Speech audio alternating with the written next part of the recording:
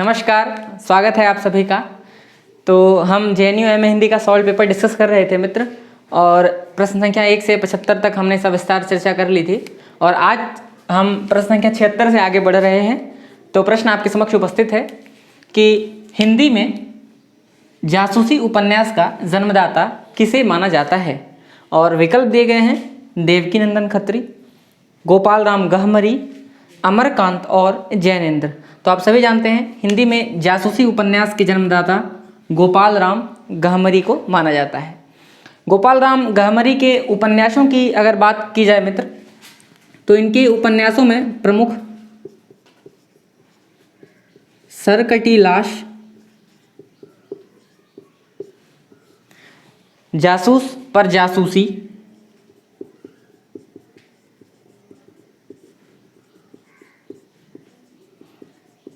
और जासूस की भूल, ये 3 बहुत महत्वपूर्ण उपन्यास गोपाल राम गहमरी की।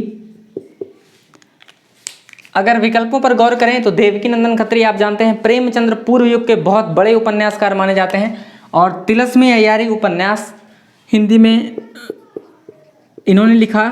तिलस्मी अय्यारी उपन्यास के प्रतिनिधि कवि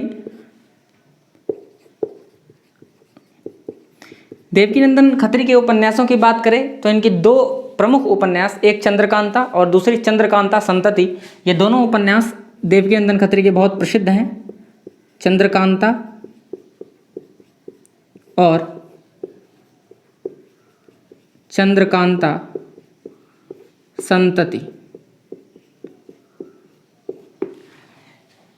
अमरकांत की बात करें तो अमरकांत के उपन्यासों में सबसे इनका प्रसिद्ध जो उपन्यास है इनके, वह है सूखा पत्ता और इन्हीं हथियारों से। इन्हीं हथियारों से महत्वपूर्ण है, क्योंकि इन्हीं हथियारों के लिए ही अमरकांत को साहित्य अकादमी पुरस्कार से सम्मानित किया गया था। तो इस रचना का स्मरण हम रख लेंगे, साहित्य अकादमी से सम्मानित किया गया था इस रचना के लिए। और आप जानते हैं अमरकांत के बहुत प्रसिद्ध कहानी है जिंदगी और जोंक, इसका भी स्मरण रखेंगे। जिंदगी और जोंक इनका एक बहुत प्रसिद्ध बाल साहित्य भी है जिसका नाम बहादुर है। आपने बचपन में अवश्य पढ़ा होगा बहादुर। और इनका एक संस्मरण भी है, कुछ यादें कुछ बातें, तो इसका भी स्मरण रखेंगे। इतना महत्वपूर्ण नहीं है, महत्वपूर्ण है इन्हीं हथियारों से साहित्य अकादमी पुरस्कार, इनका उपन्यास और इनकी कहानी जिंदगी और जोंक, ये बहुत महत्वपूर्ण है हमारे परीक्षा के दृष्टिकोण से। अमरकांत। जैनेन्द्र कुमार के उपन्यासों की बात करें तो हम पहले भी इसकी चर्चा कर चुके हैं। जैनेन्द्र कुमार के उपन्यासों में प्रमुख परख, सुनीता, कल्याणी, त्यागपत्र, विवर्त, व्यतीत, ये सब तमाम रचनाएं। तो विवर्त, व्यतीत, इसमें हम स्मरण रखेंगे परख, सुनीता और त्यागपत्र, ये जैनेन्द्र कुमार के प्रतिनिधि उपन्यासों में से हैं। तो चलिए बढ़ते हैं अगले प्रश्न की ओर। प्रश्न है कि पूर्वी हिंदी की बोली कौन सी है, और विकल्प दिए गए हैं अवधी, ब्रज, बुंदेली और भोजपुरी। तो आप सभी जानते हैं पूर्वी हिंदी के अंतर्गत 3 प्रमुख बोलियां आती हैं, अवधी, बघेली और छत्तीसगढ़ी। तो इसका सही उत्तर हो जाएगा विकल्प ए। तो फिर से हम हिंदी की कुछ प्रमुख उपभाषाएं और बोलियों की चर्चा कर लेते हैं। इससे पहले भी हमने इसकी चर्चा की है, पर परीक्षा के दृष्टिकोण से ये बहुत महत्वपूर्ण टॉपिक है। एक बार हम इसका फिर से रिवीजन कर लेंगे। तो हिंदी की प्रमुख उपभाषाएं और बोलियां,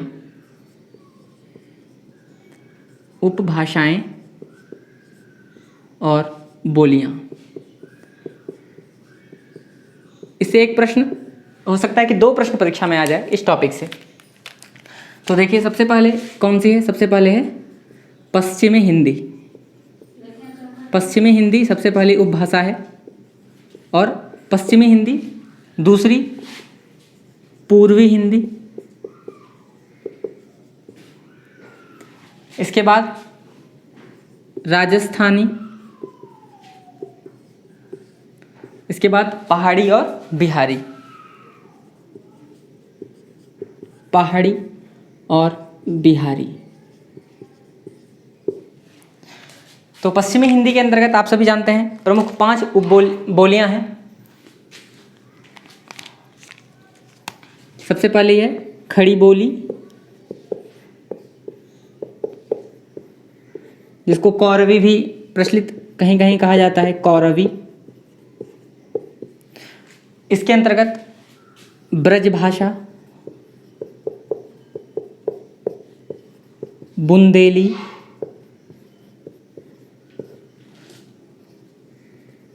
और हरियाणवी,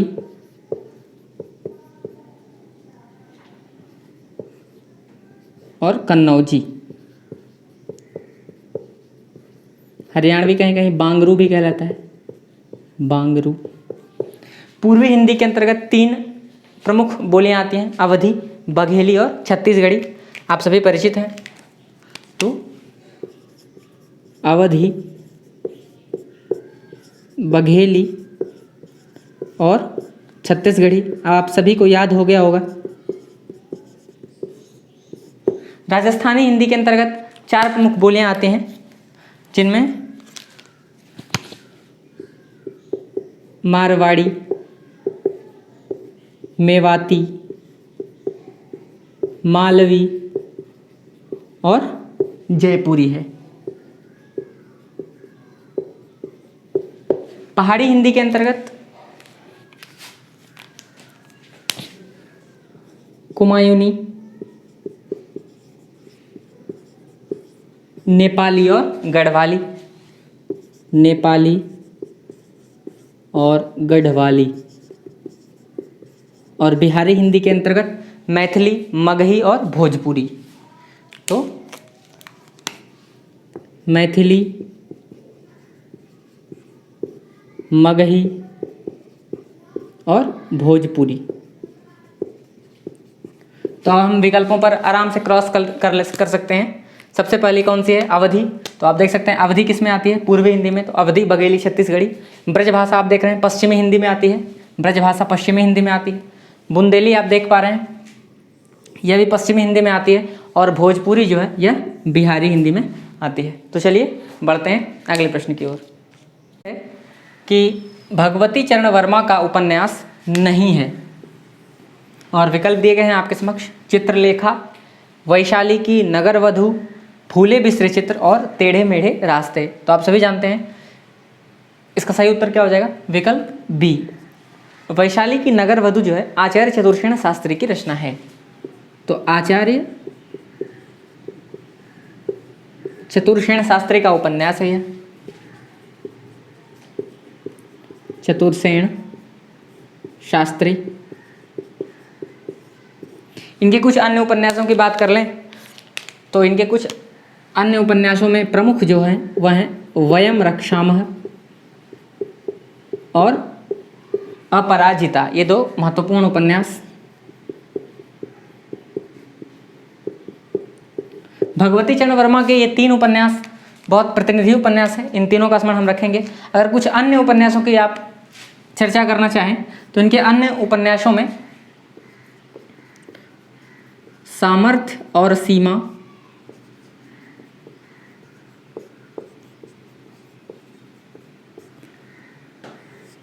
सबही नचावत राम गोसाई,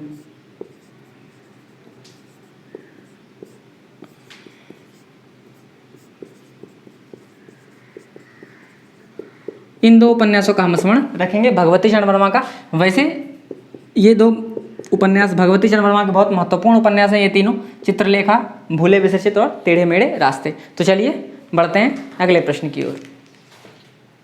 प्रश्न है कि हिंदी काव्य में सर्वप्रथम 12 मासा का वर्णन कहाँ मिलता है? और आपके समक्ष विकल्प दिए गए हैं, पद्मावत, बिसल देव रासो, पृथ्वीराज रासो और खुमान रासो। आप सभी जानते हैं हिंदी में 12 मासा का प्रथम वर्णन नरपति नाल्ह की कृति बिसल देव रासो में वर्णित है। तो इसका उत्तर हो जाएगा जी हाँ, बिसल देव रासो। तो बिसल देव रासो के बारे में आप जानते हैं, इसकी रचना नरपति नाल्ह ने की थी और यह श्रृंगार प्रधान रचना है, श्रृंगार प्रधान।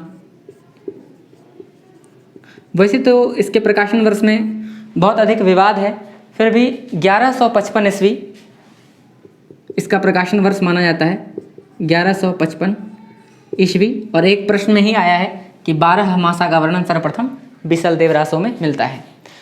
खुमाण रासों की बात करें तो खुमाण रासों आप जानते हैं दलपति विजय की रचना है, दलपति विजय। और इसके बारे में कुछ विशेष जानकारी अनिवार्य नहीं है, यह एक प्रबंध काव्य है और इसका जो प्रकाशन वर्ष है वह 9वीं शती के आसपास है, तो प्रबंध है और प्रकाशन वर्ष आप 9वीं शती माना जाता है। पृथ्वीराज रासों की चर्चा हम पहले भी कर चुके हैं। पृथ्वीराज रासों आप जानते हैं चंदबरदाई की कृति है और हिंदी का प्रथम महाकाव्य माना जाता है, हिंदी का प्रथम महाकाव्य है ये। पृथ्वीराज रासों आप सभी जानते हैं वीर रस प्रधान रचना है यह, तो वीर रस प्रधान। इसमें कुल 69 सर्ग हैं, 69 सर्ग। पद्मावत की अगर चर्चा करें तो पद्मावत आप सभी जानते हैं मलिक मोहम्मद जायसी की कृति है, तो पद्मावत जायसी की कृति है। इसका प्रकाशन वर्ष है 1540 ईस्वी, तो प्रकाशन वर्ष भी इसमें रख लेंगे 1540 ईस्वी। इसकी भाषा क्या है? अवधी भाषा है और यह दोहा चौपाई शैली में लिखी गई है, दोहा चौपाई शैली। और इसका जो प्रमुख पात्र है आप जानते हैं, इसका नायक जो है वह है रत्नसेन है और इसकी नायिका जो है वह है पद्मावती। तो रत्नसेन इसका नायक है और इसकी नायिका है पद्मावती। और एक प्रमुख पात्र इसमें है हीरामन तोता भी है, तो इसका स्मरण हम रखेंगे। वैसे तो पात्रों से प्रश्न आने की संभावना नहीं है, फिर भी हीरामन तोता। तो चलिए बढ़ते हैं अगले प्रश्न की ओर। इस सत्र का अंतिम प्रश्न आपके समक्ष है कि हालावाद का संबंध किस कवि से है, और विकल्प दिए गए हैं निराला, दिनकर, हरिवंश राय बच्चन और अज्ञेय। तो आप सभी जानते हैं हालावाद का संबंध है हरिवंश राय बच्चन से, तो हरिवंश राय बच्चन की चर्चा कर लेंगे। हरिवंश राय बच्चन से भी प्रश्न आने की संभावना इस बार है, तो हरिवंश राय बच्चन।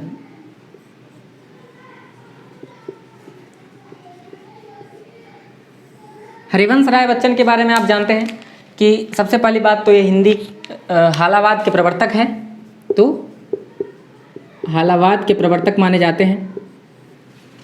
इन पर जो है उमर खय्याम जो फारसी के प्रसिद्ध कवि हैं, उमर खय्याम की रुबाइयों का असर है, जिसके कारण इनकी जो कविता संग्रह है आप जानते हैं मधुशाला, मधुबाला और मधुकलश, उस पर उमर खय्याम की रुबाइयों का प्रभाव दिखता है। तो उमर खय्याम की रुबाइयों का प्रभाव हरिवंश राय बच्चन पर दिखता है।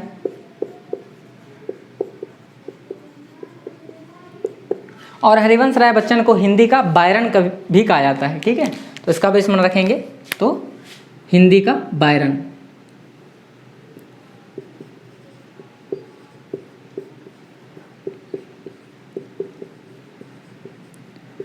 हरिवंश राय बच्चन जी की कुछ प्रसिद्ध काव्य संग्रह की अगर चर्चा करें, काव्य संग्रह, तो इनकी सबसे प्रसिद्ध काव्य संग्रह जो है इनका वह है मधुशाला, मधुशाला। और अगर मधुशाला का प्रकाशन वर्ष अगर पूछ लिया जाए 1935 ईस्वी इसका प्रकाशन वर्ष है। अन्य काव्य संग्रहों में मधुबाला, मधुकलश, एकांत संगीत,